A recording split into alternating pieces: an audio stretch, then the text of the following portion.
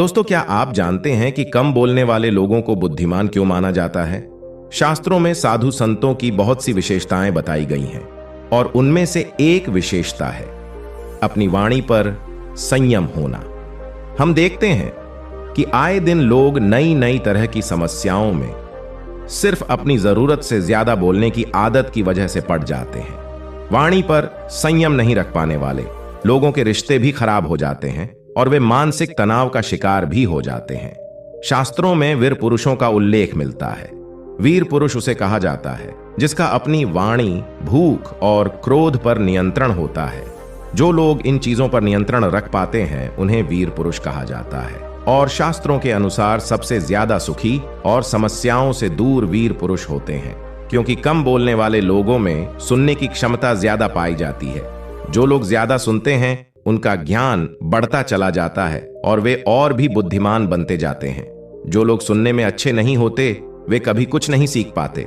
दोस्तों, आइए इस कहानी के माध्यम से समझते हैं। एक बार एक गुरुकुल में एक शिष्य रहता था। शिष्य बहुत ही बोला करता था और कभी भी मौन नहीं हुआ करता था। वह हमेशा दूसरों की निंदा करता रहता था और अपने आप को सबसे ज्यादा श्रेष्ठ साबित करने की कोशिश करता था। वह इस बात का घमंड करता था कि गुरुकुल में सबसे श्रेष्ठ वही है, क्योंकि वह अपना संपन्न परिवार छोड़कर गुरुकुल में रह रहा है। इसलिए उससे बड़ा त्यागी और कोई नहीं हो सकता। वह कहा करता था कि उसके पास इतना धन है कि अगर वह कुछ भी ना करे तो भी जीवन भर सुखपूर्वक रह सकता है, लेकिन फिर भी वह इतना बड़ा त्यागी है कि सब कुछ छोड़कर कर आश्रम में रह रहा है। वह कहता था कि उसके समान धनी गुरुकुल में और कोई भी नहीं है। वह शिष्य हमेशा ही दूसरों को नीचा दिखाने का प्रयास करता रहता था। उसके अनुसार वह सबसे महान था। एक दिन गुरुजी ने सभी शिष्यों को अपने पास बुलाया, जिसमें वह शिष्य भी शामिल था।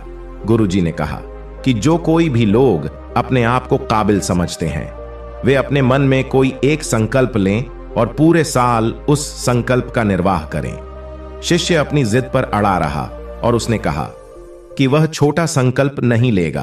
तब गुरुजी ने उससे कहा कि तुम एक साल तक मौन रहने का संकल्प ले लो। शिष्य ने कहा कि यह तो बहुत ही छोटा संकल्प है।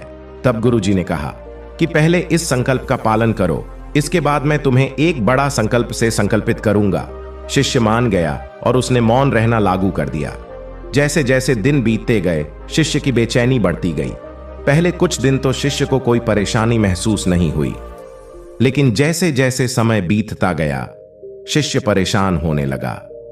वह अपने जीवन काल में कभी भी इतना मौन नहीं रहा था। जब भी कोई शिष्य कोई अच्छा काम करता था तो वह शिष्य अपने आप को सबसे श्रेष्ठ साबित करने के लिए कुछ ना कुछ अवश्य बोलता था, लेकिन अब वह कुछ बोल नहीं पा रहा था और इसलिए उसकी बेचैनी बढ़ती जा रही थी। 3 महीने तो वह किसी तरह मौन रहा, लेकिन इसके बाद वह गुरुजी के पास जाकर बोला कि अब मुझसे मौन नहीं रहा जाता, मैं यह संकल्प तोड़ रहा हूं। यह सब उसने गुरुजी को एक पर्ची पर लिखकर बताया। गुरुजी यह पढ़कर बहुत ही हंसे और उन्होंने कहा कि तुम तो अपने आप को सबसे श्रेष्ठ कहते थे, तो अब क्या हुआ? यह इतना संकल्प भी तुमसे पूरा नहीं हो पा रहा है। शिष्य गुरुजी की बात सुनकर बहुत ही शर्मिंदा हुआ और अपने मान सम्मान और गौरव को बचाए रखने के लिए किसी तरह से 1 साल मौन रहने का फैसला किया। शिष्य जैसे तैसे दिन काटता गया और आगे जाकर वह नई ही ऊंचाइयों को छूने लगा। उसके चेहरे पर एक अजीब सा तेज देखा जा सकता था और वह मानसिक रूप से पूर्णतया शांत था। उसने मौन रहने के महत्व को समझ लिया था और अब वह ज्यादा बोलने से बचने लगा था।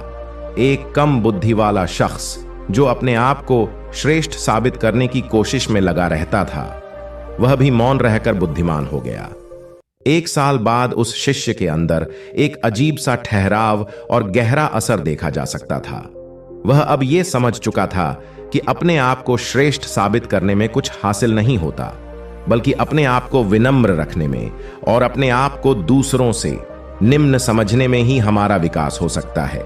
क्योंकि अगर हम अपने आप को श्रेष्ठ समझते हैं तो हम अपने विकास की ओर ध्यान नहीं देते, लेकिन अगर हम अपने आप को श्रेष्ठ नहीं समझते तो हमारे मन में लगा रहता है कि हमें अपने आप में सुधार करने की आवश्यकता है और इसलिए हम अपने आप को सुधार पाते हैं। कम बोलना सेहत के लिए भी अच्छा माना जाता है, क्योंकि ज्यादा बोलने से हमारे शरीर की शक्ति नष्ट होती है। अगर हम बिना वजह या बिना किसी आवश्यकता के ही बोलते रहते हैं तो इससे हमारे स्वास्थ्य पर भी नकारात्मक प्रभाव होता है। अगर हमें ज्यादा बोलने की जरूरत है तब तो ज्यादा बोलना लाजमी है, लेकिन अगर हमें ज्यादा बोलने की जरूरत नहीं है और फिर भी हम ज्यादा बोलते हैं तो यह बिल्कुल भी लाजमी नहीं है। इसके अलावा कम बोलने वाले लोग अपने रिश्तों में भी अच्छे होते हैं, क्योंकि ज्यादा बोलने से कभी कभी रिश्तों में दरार भी पड़ जाती है। जो लोग ज्यादा बोलते हैं उन्हें कभी कभी याद भी नहीं रहता कि उन्होंने किस समय क्या बोल दिया, और उनकी कुछ बातें सामने वालों को बुरी लग जाती हैं, जिससे उनके रिश्ते खराब हो जाते हैं। लेकिन इसके विपरीत बुद्धिमान लोग वो होते हैं जो ज्यादा नहीं बोलते या जरूरत पड़ने पर ही बोलते हैं। उन्हें याद रहता है कि उन्होंने किस समय कौन सी बात की थी, क्योंकि वे बिना वजह कोई बात नहीं करते। इस कारण वे अनजाने में अपशब्द बोलने से बच जाते हैं और इस वजह से उनके रिश्ते में भी मिठास बनी रहती है। कम बोलने वाले लड़ाई झगड़े से भी बच जाते हैं, क्योंकि बहुत सारी लड़ाइयां सिर्फ इसलिए खड़ी होती हैं क्योंकि दोनों पक्षों में से कोई भी मौन होने के लिए राजी नहीं होता। अगर एक पक्ष एक शब्द बोलता है तो दूसरा पक्ष 100 शब्द बोलेगा। इसी तरह बात बढ़ते बढ़ते लड़ाई झगड़े पर पहुंच जाती है। लेकिन जो बुद्धिमान लोग होते हैं वे कम बोलना पसंद करते हैं, और जहां पर लड़ाई झगड़े वाली स्थिति पैदा होने का डर हो वहां पर ये लोग बिल्कुल भी नहीं बोलते हैं। बुद्धिमान लोगों की यह निशानी होती है कि वे कम प्रयासों में ही ज्यादा फायदा प्राप्त कर लेते हैं। उदाहरण के तौर पर एक गधा दिन भर काम करता है और इसके बदले में उसे कुछ घास ही मिलती है। गधे में इतनी भी अक्ल नहीं होती है कि घास तो जंगल में भी मिल सकती है और उसके लिए उसे दिन भर काम करने की आवश्यकता भी नहीं है। ठीक उसी तरह जो बुद्धिमान नहीं होते उनका हाल ऐसा ही होता है। उन्हें ज्यादा प्रयास करने पर भी उतनी ज्यादा उपलब्धि नहीं मिल पाती है। इनके विपरीत बुद्धिमान लोगों को देखा जाए तो कम प्रयासों में ज्यादा सफलता प्राप्त कर लेते हैं। ऐसे लोगों की यह खास बात होती है कि ये कम बोलकर ही अपने सारे काम बना लेते हैं, जबकि कम बुद्धिमान लोगों को अपने काम करवाने के लिए बहुत कुछ बोलना पड़ता है।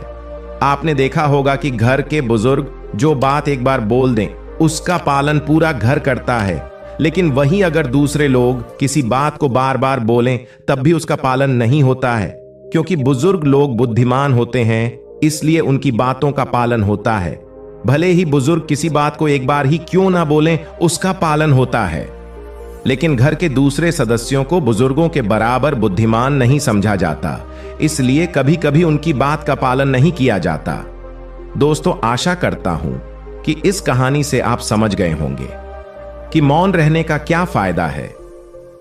धन्यवाद।